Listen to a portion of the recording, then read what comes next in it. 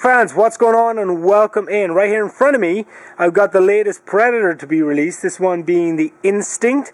A lot of you might have seen this as part of the Battle Pack collection that was released this week.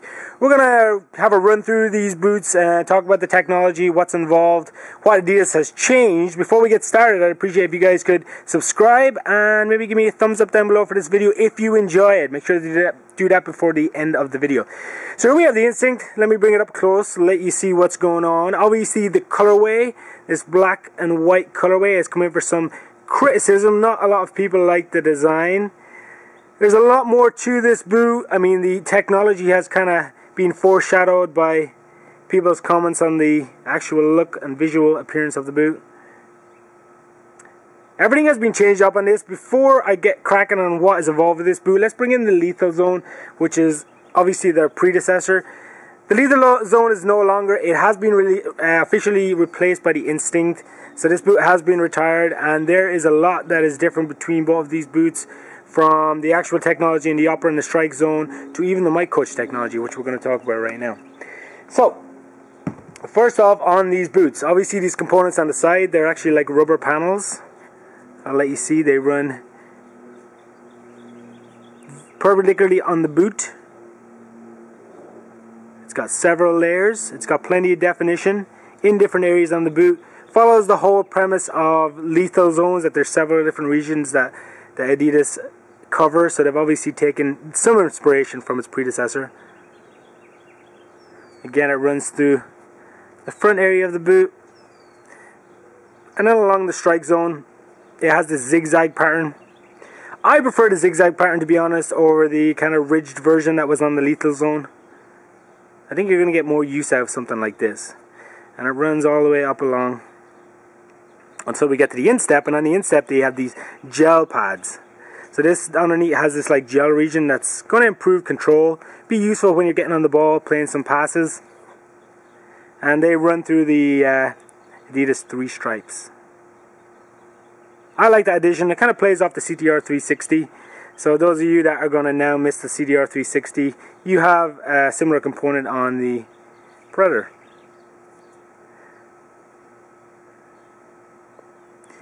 Moving along to the sole. Actually, you know what? Before we do that, let's talk about the tongue since we're up here.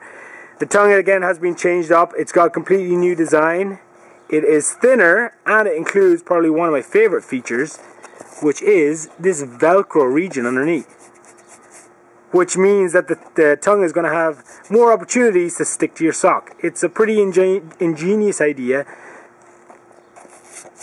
It's only a slight modification, but personally I think that makes a huge difference. So that's a cool little addition. But as I said, the tongue itself is thinner. The one thing about these boots that's worth noting is the fact that Adidas, even though these used to be a power boot, they've moved this to more of a control boot. But as well as that, they're a comfort boot. And that comes along with this new comfort sole plate that they've included. It's definitely vastly different to other boots currently on the market belonging to Adidas. The mic coach technology has been removed. There is no space for mic coach technology in here. The cavity has been filled in. That's important to know if you have a chip and you want to continue using it. The frame itself, obviously, you can see this ridge panel that runs along the outside of the frame. Adidas has looked at how much control you're on the ball, or control position on the ball you're using, this forefront of the boot, and they've looked to change it up and add a little bit extra grip and texture. So when you're on the ball, you're going to be able to keep control in that region a little bit more. You'll notice that it has the same stud configuration that we found on the Lethal Zone. This is the Traction 2.0. Well, it's probably like a 3.0 now, because this stud has been moved. And then, as you can see, if I bring it in a little bit closer, you've got this ridged, sharp-edged paneling. These little spiky areas. And again, there to add extra control. This is more so for traction on the surface rather than on the ball. But definitely an addition that we haven't seen on boots before. And they are pretty sharp, to be honest. They've got that little pointy feel to them.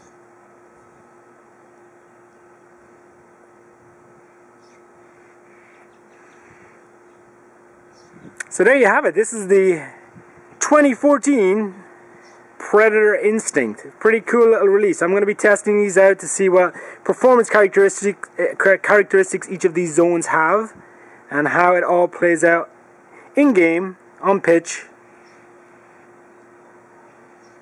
The upper itself, underneath these zones, is the hybrid touch. It's the same material that was used in the lethal zones. Pretty soft. Sole plate flexes pretty well, as you would expect from a hybrid control comfort release. So that's pretty nice. It's something that Adidas actually advertises, the fact that out of the box they're very flexible. That's worth noticing. One other boot I just wanted to bring in real quick is the Predator Precision, and you guys might remember this one. The reason I bring this in is because I think Adidas are starting to step back towards that whole power element of the boot without actually advertising the power element. Maybe they're afraid that people will misconstrue power with too much weight, as would have been the case with the Precision, which was like 11.5 ounces or 12 ounces. The Instinct itself, and my whole point here is the fact that I like that they're moving back towards this whole power element with this release. The Instinct itself, it actually weighs in at 9.7 ounces. So this is a lot heavier than any other Preds we've had recently. The Lethal Zones was around the 8 ounce mark, so it's a dramatic increase, and a lot of that is in this outsole and this new comfort frame. So that's worth noting also, that they are not a lightweight boot. This is definitely a control/comfort release. So there you have it, guys. Again, I'd appreciate if you can give me a like down below, a thumbs up if you appreciate this unboxing. Leave me a comment before you leave.